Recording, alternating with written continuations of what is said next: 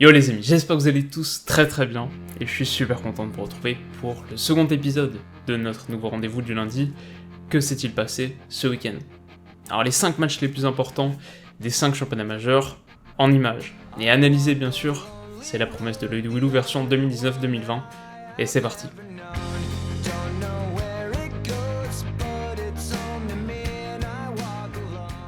En première ligue, Liverpool garde les commandes, en se défaisant péniblement de Sheffield United 1-0, alors que Man City a impressionné à Everton 3-1.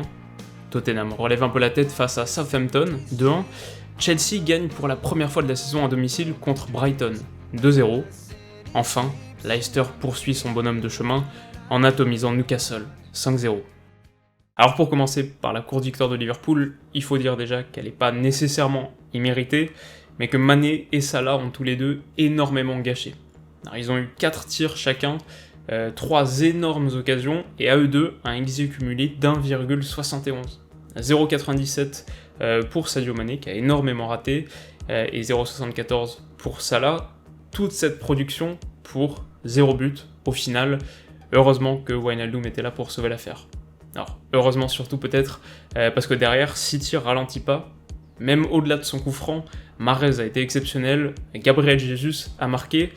Voilà, quand t'es City, tu peux te permettre de commencer la rencontre en laissant Agüero, en laissant Bernardo Silva sur le banc, et pourtant tu t'imposes quand même à Everton 3-1. Il y a une profondeur d'effectif à City qui est inégalée dans les 5 championnats majeurs, et ils vont encore être très durs à battre cette saison.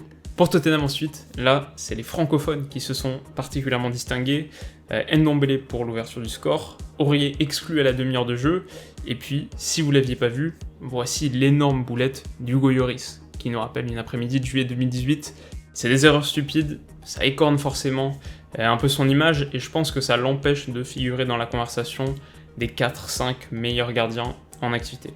Alors après pour Tottenham, de manière plus générale, c'est une victoire qui démontre une certaine force de caractère, et on a retrouvé dans le but de Kane cette capacité à se projeter vite vers l'avant, avec beaucoup de qualité technique, et ils vont vite en avoir besoin parce qu'ils reçoivent demain à 21h le Bayern, dans un choc qui s'annonce d'ores et déjà explosif.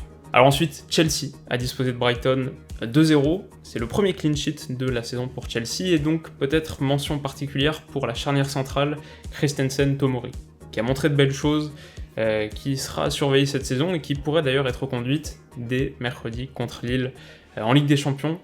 Et puis enfin, Newcastle a subi les foudres de Leicester qui enregistre la plus grosse victoire de son histoire depuis la formation de la première ligue moderne en 1992. Alors voilà, je dirais que c'est à l'image d'un collectif qui monte en puissance et qui impressionne chaque week-end davantage. Comme l'a dit Vardy en conférence de presse, ils sont devenus plus qu'une équipe de transition et aujourd'hui sont capables d'être très menaçants sur du jeu de position aussi. Au classement, Liverpool poursuit son début de saison parfait et conserve 5 longueurs d'avance en tête de la première ligue. Man City est deuxième, Leicester et West Ham complètent un top 4 qu'Arsenal pourrait réintégrer en cas de résultat favorable sur la pelouse de Manchester United ce soir à 21h. En Espagne, Villarreal a réussi une fin de match prolifique et désintégré le Betis 5-1, alors que Valence est allé s'imposer sur la pelouse de Bilbao 1-0. Enfin une victoire à l'extérieur pour le Barça. À Getafe 2-0, le derby madrilène, lui, a accouché d'une souris 0-0. Le match du week-end était donc sans aucun doute ce Séville-Real Sociedad, remporté par les locaux 3-2. Alors pour Villarreal d'abord, on peut noter que Samuel Chukwueze est toujours aussi prometteur, quel joueur, et que Gérard Moreno a pris seul la tête du classement des buteurs. Il a marqué 6 fois cette saison en Liga et il devance donc Benzema, qui a marqué 5 fois. Alors Fekir, lui, était absent et il a même raté les 2 derniers matchs du Betis à cause de soucis musculaires. Pour Valence ensuite, ce succès permet de relever la tête, mais le match était atroce, donc on n'en dira pas plus. En revanche, quelques enseignements à tirer de Getafe Barça. Alors déjà que Griezmann sur l'aile gauche, c'est toujours aussi compliqué, que Ter Stegen s'est offert une passe décisive. Alors je sais pas si vous l'avez vu, mais c'est la toute première de sa carrière. Et puis enfin que Junior Firpo a marqué hier, ce qui fait de lui le 10e buteur du Barça cette saison en Liga, ce qui est assez incroyable, surtout quand tu sais que Messi a pas joué, puisqu'il était encore forfait samedi. Malheureusement, pas grand chose à dire ensuite entre l'Atlético et le Real Madrid, à part que j'ai un peu perdu mon samedi soir, mais surtout que Thomas Partey est quand même un super joueur. Pas juste un destructeur, mais beaucoup de qualité technique aussi, très bon pour orienter vite vers l'avant. Et puis enfin, défaite un peu décevante pour la Real Sociedad, mais un très bon match de Séville mérité. Mention spéciale pour Lucas Ocampos qui marque encore. Au classement, le Real, seule équipe invaincue en Espagne, conserve donc sa première place, mais l'Atlético et le Barça rôdent, respectivement à 1 et 2 points d'écart. Grenade poursuit sa belle série et est un dauphin surprise. Enfin, si Valence et Villarreal se replacent, comme Séville, on attend toujours mieux du Betis, 15e. En Italie, la Juve s'impose contre Spal 2-0, succès également pour l'Inter sur la pelouse de la Samp 3-1. L'Atalanta n'a pas fait de détails contre Sassuolo 4-1, comme la Lazio face au Genoa 4-0. L'AC Milan enfin a sombré à San Siro face à la Fio 3-1. Alors on peut noter pour commencer que Pjanic a encore inscrit un top but après avoir déjà sauvé la Juve en milieu de semaine contre Brescia, et je pense qu'on peut dire que c'est un joueur dont le standing pourrait être plus élevé, peut-être qu'il souffre des performances un petit peu décevantes de son club en Ligue des Champions, mais voilà, c'est un sacré milieu de terrain. Et puis ensuite, l'Inter a enchaîné sa 6ème victoire en 6 rencontres, encore un but de l'extérieur de la surface, encore un but de Stefano Sensi, donc finalement une soirée et une journée très classique pour eux. Dimanche prochain, à 20h45, on va avoir droit à un Inter-Juve passionnant. C'était le choc des tacticiens ensuite entre De Zerbi et Gasperini, et à ce jeu c'est bien Gasperini qui l'emporte, c'est l'Atalanta qui l'emporte et qui place par la même occasion son homologue en grave péril. Voilà, très mauvais début de saison pour Sassuolo, et on parlerait potentiellement déjà d'un licenciement, donc affaire à suivre. Beau rebond en revanche pour Simone Inzaghi et la Lazio qui n'ont pas fait de détails contre le Genoa d'Aurelio Andreazzoli qui lui aussi est extrêmement menacé. Et puis enfin, et surtout, la Fiorentina a été sensationnelle hier soir contre le Milan AC. Ribéry, encore une fois, exceptionnel, et on en parlait déjà lundi dernier, mais son entente avec Chiesa est très intéressante, et puis peut-être que simplement, il a surtout de très beaux restes. À l'image de ce dribble qui amènera le penalty et l'ouverture du score, c'est du top niveau. Au classement, le départ parfait de l'Inter leur offre 2 points d'avance sur la Juve, 2ème. Il faudra sans doute encore compter sur l'Atalanta cette saison, qui complète le podium. Alors, Naples, Roma et la Lazio sont en embuscade, la Fio se replace et vient d'enchaîner 4 matchs sans défaite, 9ème. Le Milan AC Giampolo, 16ème, est en danger. En Allemagne, Gladbach s'est largement imposé sur la pelouse d'Offenheim, 3-0, et même score pour les Leverkusen à Augsbourg. Victoire plus difficile que prévu, mais victoire quand même du Bayern contre Paderborn, 3-2, alors que Leipzig a subi son premier revers de la saison face à Schalke, 3-1. Enfin, le Borussia Dortmund signe un second nul consécutif contre le Werder, 2 partout. Alors pas grand chose à dire au sujet de Gladbach et Leverkusen, pour le coup j'ai pas vu une seule minute de ces rencontres, mais en revanche, quelques enseignements à tirer de la victoire du Bayern, qui a été un peu longue à se dessiner. Collectivement, ça n'a même pas toujours été très impressionnant forcément, mais Coutinho, déjà, confirme son beau retour en forme.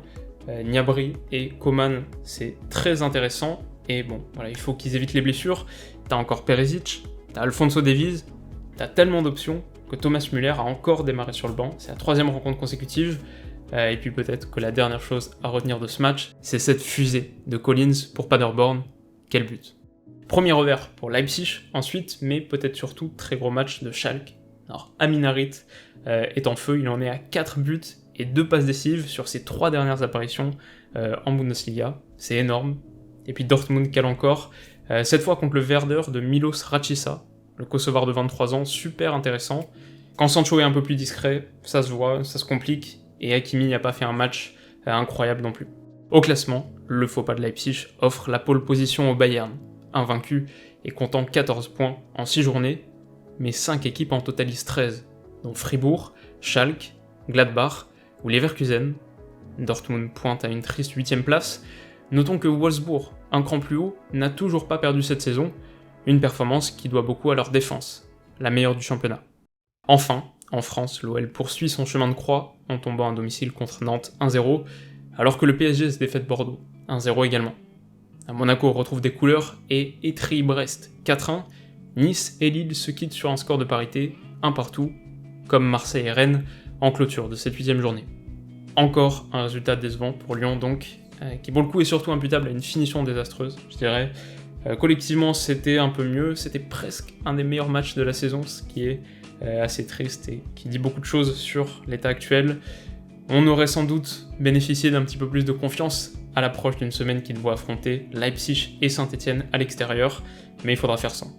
Et puis quand même un mot pour la performance de Nantes qui a été très solide, très conquérant, surtout je dirais à l'image d'un Moutou Samy omniprésent au milieu. Pour le PSG à Bordeaux, grosse domination logiquement concrétisée et récompensée. L'entrée d'Mbappé a fait du bien, son retour a fait du bien, mais il peut sans doute progresser encore à la finition, peut terminer la partie avec un triplé de passes décisives pour Neymar. Monaco confirme ce rebond et tout le bien que je pense de Slimani, bien sûr, qui lui a réussi son triplé de passes décisives, qui a marqué un but aussi qui a été exceptionnel ce week-end. Mais on peut aussi parler de Ben Yedder, de Gelson Martins. Quand tu sais que tu as Keita Baldé derrière, ouais, c'est bien simple. L'AS Monaco, c'est pour l'instant la meilleure attaque de Ligue 1. C'est aussi en revanche la 19e défense. Alors si tu réussis à trouver un peu d'équilibre et à corriger ce secteur-là, ça peut faire mal. Entre Nice et Lille, nul plutôt logique. Notez un nouveau but de Kasper Dolberg et un nouveau bijou de Luis Araujo. Alors j'en parlais dans mes observations Patreon d'il y a quelques semaines. C'est qu'il était un petit peu le perdant du succès de Bamba Ikoné Pepe l'année dernière. Il a eu seulement 8 titularisations en Ligue 1 en 2018-2019. Mais il a une très belle carte à jouer cette saison et pour l'instant, il a joué à merveille. Et puis enfin, match extrêmement plaisant hier soir de Rennes à Marseille et de Marseille contre Rennes, car chacun a eu sa mi-temps et chacun aurait pu l'emporter. L'OM fait un peu de surplace, c'est la 3e rencontre consécutive sans victoire, mais on peut également estimer que ça reste un bon point contre des Rennais qui vont être très durs à jouer en 2019-2020. Au classement donc, Paris continue à faire la course en tête, mais Angers et Nantes complètent un podium inédit. Monaco, grâce à 2 succès consécutifs, quitte la zone rouge et se replace. Et donc voilà, les amis, c'est la fin de ce second épisode de l'œil de Willou version 2019-2020. Alors si ce concept vous plaît toujours autant que lundi dernier, vous pouvez me le faire savoir avec un petit like, un petit pouce bleu, ça m'aide beaucoup. Si ce genre de contenu vous intéresse, que vous voulez pas rater les prochaines analyses de milieu de semaine qui porteront évidemment sur la Ligue des Champions, vous pouvez aussi vous abonner à la chaîne, ça me fera très plaisir. Alors de notre côté, quoi qu'il arrive, on se retrouve bien sûr très vite pour la suite. Alors d'ici là, comme d'habitude, passez une super journée, une excellente soirée et prenez soin de vous surtout. Bisous.